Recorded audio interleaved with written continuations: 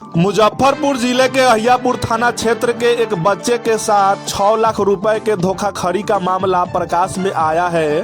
बीते दिन पिता ने पुलिस महानिरीक्षक को ज्ञापन सौंप न्याय की मांग की है। आपके पुत्र के साथ एक धोखाधड़ी का मामला सामने आया है, जिसको लेकर आप बीते दिन आईजी को एक ज्ञापन सौंपे हैं। क्या कुछ मामला है? हाँ, इकबाल अहमद अधिवक्ता हैं। उनके पुत्र एहसान और उनकी बेटी इशरत आरा और इकबाल नाम का लड़का और इरफान, ये सब भाई मिलकर हमारे बेटे से पैसा ठगी किया और रास्ते में नवंबर में वो घेर करके ऑनलाइन ट्रांजैक्शन अपने बहन के नाम पर और अब इकबाल के नाम पर वो पूरा मरवा लिया 6 लाख के करीब। क्या आपके पुत्र वो दोस्त थे? कैसे क्या कुछ हुआ है बताइए। दोस्त नहीं थे, हमारे बच्चे जो है 6 क्लास में पढ़ रहे थे। कहाँ पे पढ़ रहे थे? कोचिंग पढ़ते थे। कहाँ पे? बैरिया में ही। 8 क्लास में वो पढ़ता था। एक ही कोचिंग में, लेकिन हल्का फुल्का जान पहचान था, कोई खास जान पहचान नहीं था, क्योंकि हमारे घर से बहुत दूरी उनका घर पड़ता है। और उसके बाद वो जान पहचान किया कि तुम्हारे जोड़े हम पढ़ते थे, तो तुम्हारे पास जो पैसा है वो 4500 रुपया शुरू में लिया और लेकर के उसके बाद में उस पर दबिश करते हुए रास्ते में घेर कर उसका मोबाइल नवंबर में छीन लिया और छीन करके उससे सिम निकाल करके फेंक दिया और उस बीच में वो 6 लाख रुपया तक ट्रांजैक्शन करा दिया।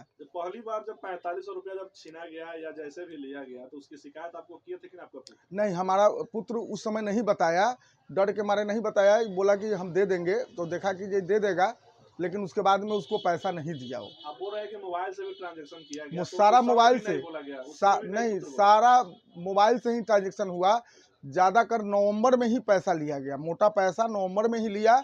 इशरत 2024। हाँ, नवंबर 2024 और 30 हज़ार करके इशरत आरा अधिवक्ता साहब इकबाल अहमद के जो लड़की हैं इशरत आरा, उनके खाते पर 1.5 लाख से ऊपर रुपया गया और इकबाल के खाते पर लगभग 4 लाख रुपया गया। ये जो आरोप लगा रहे हैं, इसका कोई साक्ष्य? हम FIR भी किए हुए हैं और हमारे पास में बैंक स्टेटमेंट है जिसमें उसमें साफ साफ लिखा हुआ है। और इसकी पूर्व मीडिया वाले लोग भी पहले आकर के हमारे यहाँ जांच किए और उसका न्यूज भी चलाए हैं, लेकिन अभी तक थानेदार IO साहब ने हमारे मोबाइल पर भी स्वीकार किए कि ये घटना आपके साथ सही है। और जब उनके बारे में हमने पता किया तो वो लोग आपराधिक मामले से जुड़े हुए हैं और हमको बार बार धमकी भी देते हैं। आपका क्या नाम हुआ? प्रेम कुमार मिश्रा। आपके पुत्र का क्या नाम? राजा बाबू। कहाँ के रहने वाले हुए?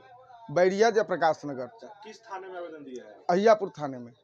लेकिन कई तारीख को थाना आवेदन दिए थे? हम तो आवेदन 2 तारीख को ही दिए थे, लेकिन थानेदार ने उस पर जांच करते हुए जब सही उनको मामला समझ में आ गया तो उन्होंने 9 तारीख के डेट में ही FIR दर्ज किए।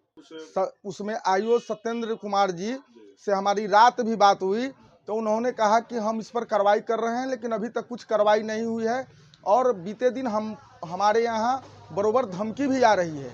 इकबाल वकील एडवोकेट जो हैं वो हमारे टेलीफोन पर कहते हैं कि इसको बैठ के माने समझौता कर लीजिए, आप स्टाम्प अपने नाम से निकाल कर ले आइए, जिसका रिकॉर्डिंग भी मेरे पास है।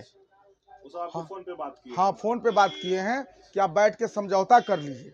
अच्छा, इसको लेकर आपने IG साहब को ज्ञापन सौंपा, क्या कुछ मांग करते हैं? हम वो लोग से मेरा पैसा सही सलामत दे दें और जो घिनौना काम किए हैं, जो बच्चे पढ़ाई लिखाई करने नहीं जा रहे हैं, रास्ते में घेर करके ऐसे कांड वो लोग करते हैं। ऐसे कांड बहुत लड़के के साथ भी किए हैं। हम ये मांग करते हैं कि ये घटना और बच्चे के साथ घटित न हो।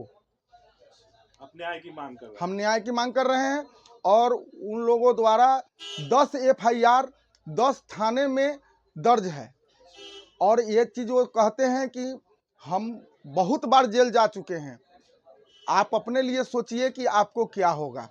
हमको कोई डर भय नहीं है। कहीं ना कहीं आपको भी डर लग रहा है इस तरह की बातें सामने, तो आपको भी तो अब पूरा डर लग रहा है ना। हम पारिवारिक आदमी हैं, हमारे परिवार के साथ कोई अनहोनी घटना नहीं हो।